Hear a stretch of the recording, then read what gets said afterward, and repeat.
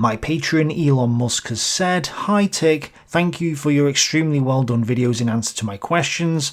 I always learn a lot from your videos. I am very humbled that you took it out of your busy time to answer me. Thank you. I have a follow-up question regarding the lead up to World War II. I must confess I am not perfectly cleared up on the motive why World War II started, and I will explain why right now. The motive of Hitler acting whilst thinking Britain and France were weak and bluffing hangs by a string. I will explain why in a second. It is highly likely that Hitler seems the type of man who fancies to dabble in thinking about long-term goals, perspectives, scenarios, worldviews, philosophies, visions, fantasies, etc. This fact is clear from Mein Kampf and Hitler's Table Talk. I assume we are both in agreement on this. He does not seem like a short-sighted individual, quite the opposite. Let's assume this quite likely assumption is accurate, and he was the type of guy capable of long-term thinking, planning and perspectives.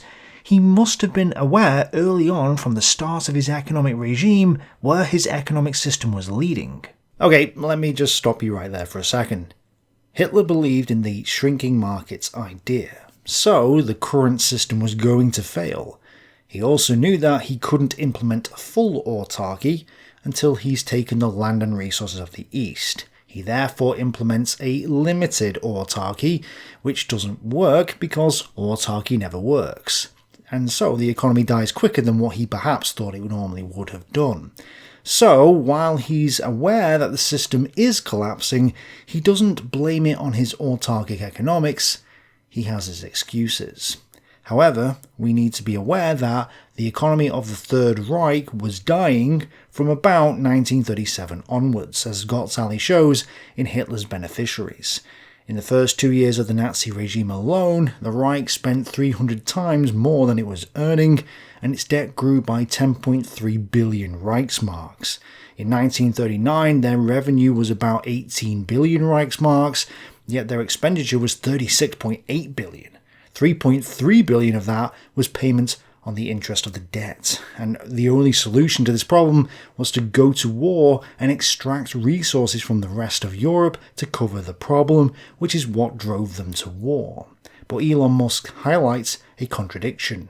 If it is true that Germany's economic system under Hitler was due to implode on itself if Germany didn't expand, it therefore means that Hitler was aware of this from early on, and he purposely continued this type of system that he created whilst being aware that he would need to invade other countries in order to keep his economy afloat. Yes, although he didn't necessarily think it was his autarkic economic policies that were to blame. He blames the old system, not the new one, just like loads of people do. So, for example, if we think our current system is A, and we also think A is bad, we therefore conclude that we need B. We then implement B, and B leads to unintended consequences and ultimately makes the problem worse. But instead of blaming B, which we still think is wonderful in theory, we blame A and call for more B. So the problem gets worse until economic reality kicks the rotten structure to the floor. Well, it's the same with Hitler and many other people. Hitler implemented a limited autarky with the intention of going to war to get the land and resources he needed to implement full autarky. But when his economy started to come apart, he could excuse this by saying, well, it's because we've still got too much of the old system and haven't implemented full autarky. And it just proves that the markets are shrinking. So it's a self-reinforcing belief. And the tragedy here, if we think about it, is that he ultimately wanted to do what was right for the German people, and that's a noble goal, but the end result of the unintended consequences of his policies was the destruction of Germany as well as millions of people. The road to hell is paved with good intentions, so to speak. But Hitler would never blame himself, he'd blame everyone else first. As the Nazis currently argue, it's Britain's fault for getting involved over Poland. So it's not Germany's fault for gearing up for war for several years and then invading Poland. No, it's Poland's fault, or Britain's fault, or the classic, it's the Jews, somehow. And these Aryans think they're amazing, like they're perfection, and therefore nothing can be their fault, even though it is. We are also saying here that when he signed the Munich Agreement, he knew in advance he will breach it because he couldn't just stop at the Sudetenland. correct. He stated in Mein Kampf that he wanted the land and resources of the East. He was going east, specifically to Russia, which he believed was ripe for dissolution. And he wrote Mein Kampf in 1923, which was over a decade before the Munich Agreement. So yes, he knew well in advance that he would breach the Munich Agreement. Are we saying that Hitler, a man who was certainly aware of Britain's centuries-long European balance of power policy, since he loved Napoleonic-era history, assumes that he can just conquer European territories indefinitely and get away with it? Are we saying he assumed Britain's balance of power policy since forever just so happened not to be in effect anymore? I believe we both agree the answer to both of these questions is most probably not. Actually, I don't agree with you. Yes, on the one hand, Hitler was aware of Britain's balance of power policy and wrote about it in Mein Kampf. The traditional tendency of British diplomacy ever since the reign of Queen Elizabeth has been to employ systematically every possible means to prevent one power from attaining a preponderant position over the other European powers, and, if necessary, to break that preponderance by means of armed intervention. But Hitler also explains in Mein Kampf that Britain only wanted to prevent Germany from becoming a world power because that would threaten her overseas empire. That's why she went to war in the First World War, because Germany had built a fleet and was heading west, not east. He says Britain didn't care about Germany going east or becoming a large European power, so he says if Germany makes this clear to Britain, they could get her on their side and go east. What England has always desired, and will continue to desire, is to prevent any one continental power in Europe from attaining a position of world importance. Therefore, England wishes to maintain a definite equilibrium of forces among the European states, for this equilibrium seems a necessary condition of England's world hegemony. He says that France has been strengthened because of the First World War and presents a bigger threat to Britain, and France wants Germany to be dissolved, and therefore concludes, England did not want Germany to be a world power. France desired that there should be no power called Germany. Therefore, there was a very essential difference. Today we are not fighting for our position as a world power, but only for the existence of our country, for national unity, and the daily bread of our children. Taking this point of view into consideration, only two states remain to us as possible allies in Europe, England and Italy. So yes, Hitler does think Britain's balance of power policy was still in place, but that he could conquer the East because this wouldn't threaten Britain's overseas empire. It's a misinterpretation of Britain's policy, but explains why he was willing to gamble with invading Poland.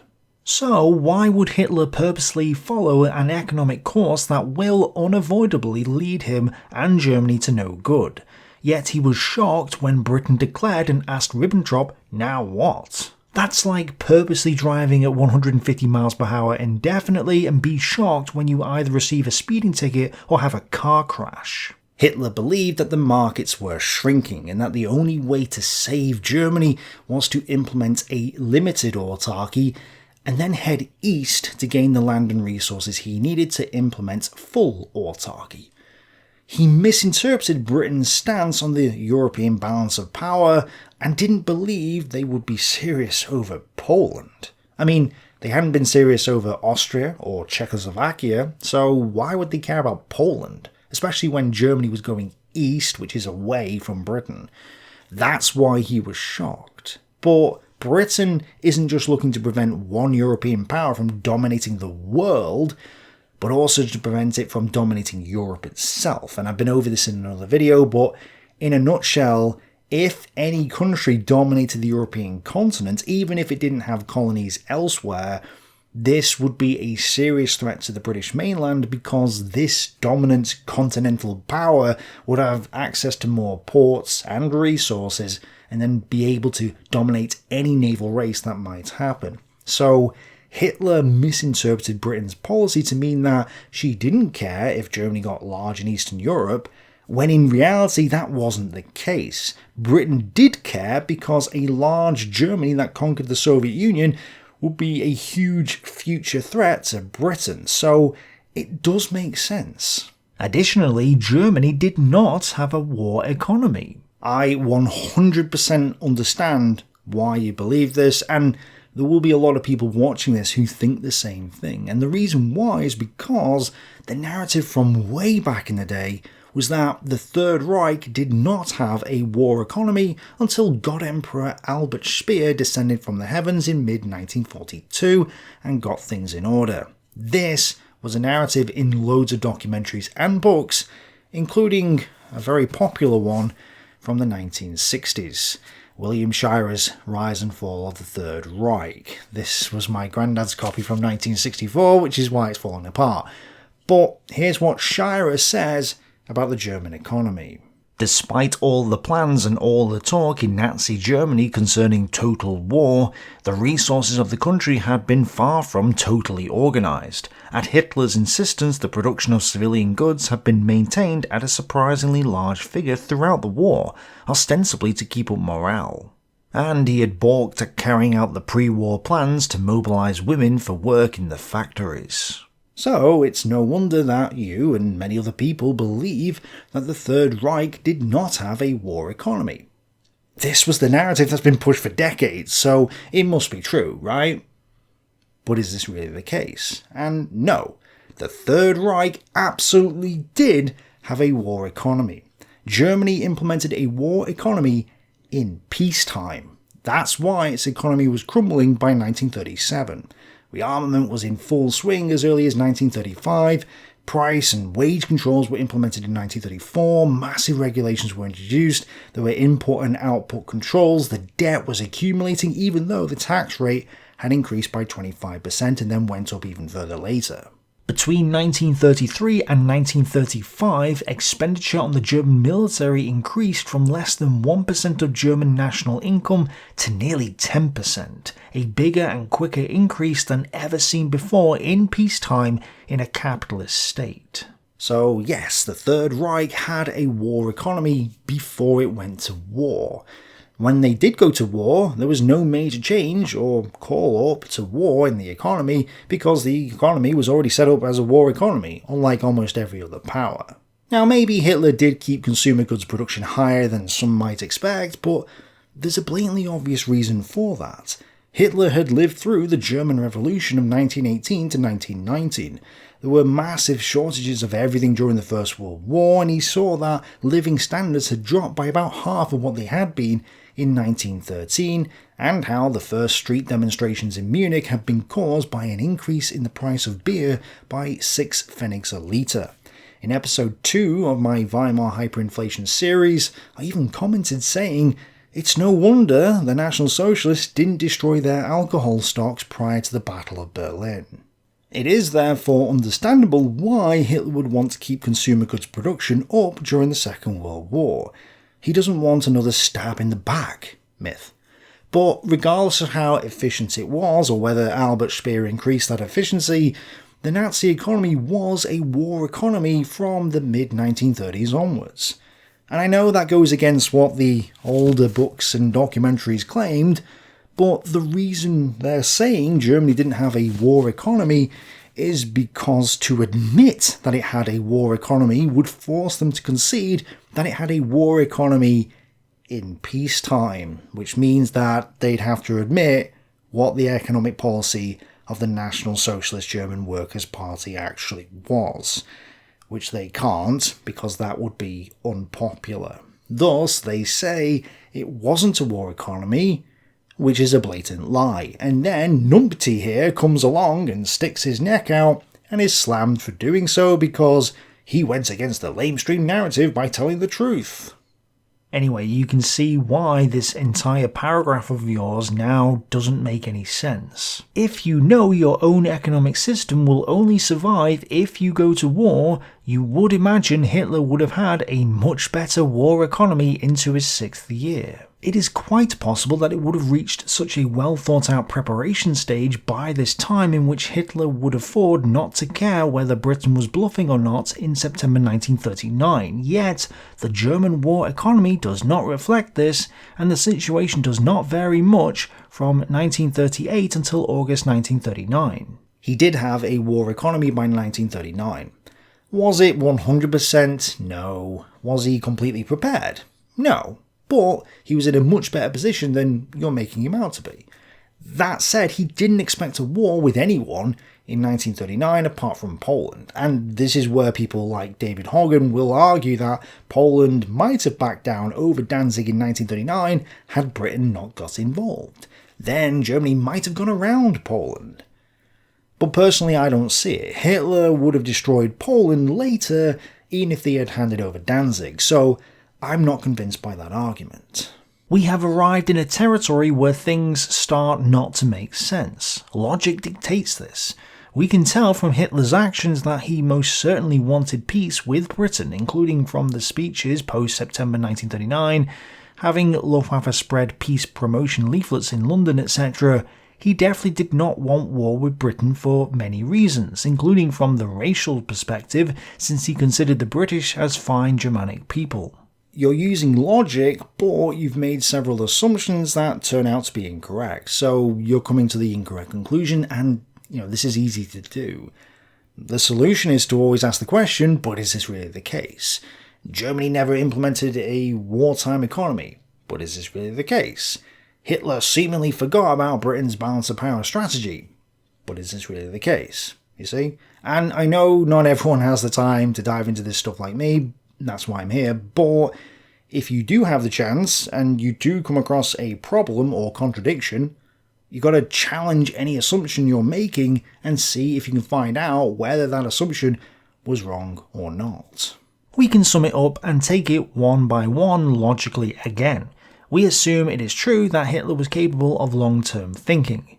Yes, and it's not an assumption in this case because he actually did throughout Mein Kampf and elsewhere. We assume it is true that Hitler's economic plan was leading unavoidably to economic ruin unless he conquered other countries. Subjective opinion here. Very poor choice of economic plan if you ask me. Surprised a man called by many of his peers post-war a genius would opt for such an economy with such an outcome. Keynes was heavily influenced by Hitler's economists, and Nazi economics is often referred to as proto-Keynesian for that reason.